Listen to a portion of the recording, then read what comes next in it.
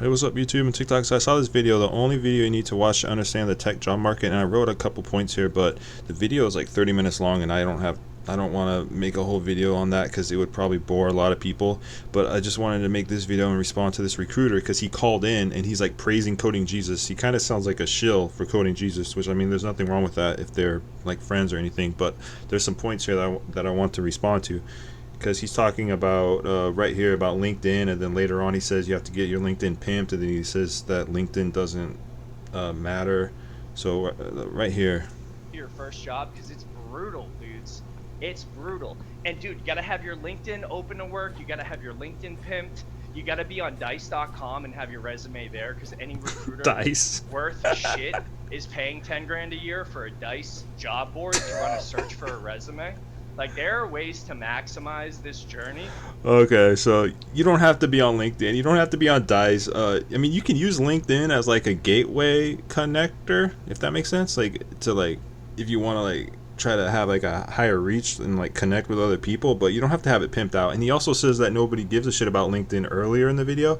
So there's just like a bunch of contradictions throughout this whole video, and everything is just wrong. It's like the total opposite of what you're supposed to do. So I don't even know if it's trolling or if like he's joking around.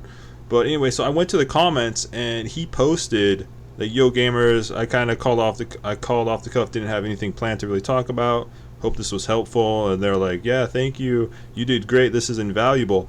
And I mean, this is typical recruiter baloney, because if you go down here, somebody says L take, I'm working on a big tech and this shit won't do anything. In this example, he's talking about sending a message to a hiring manager. See, watch. Hey, my name is Michael. I recently applied.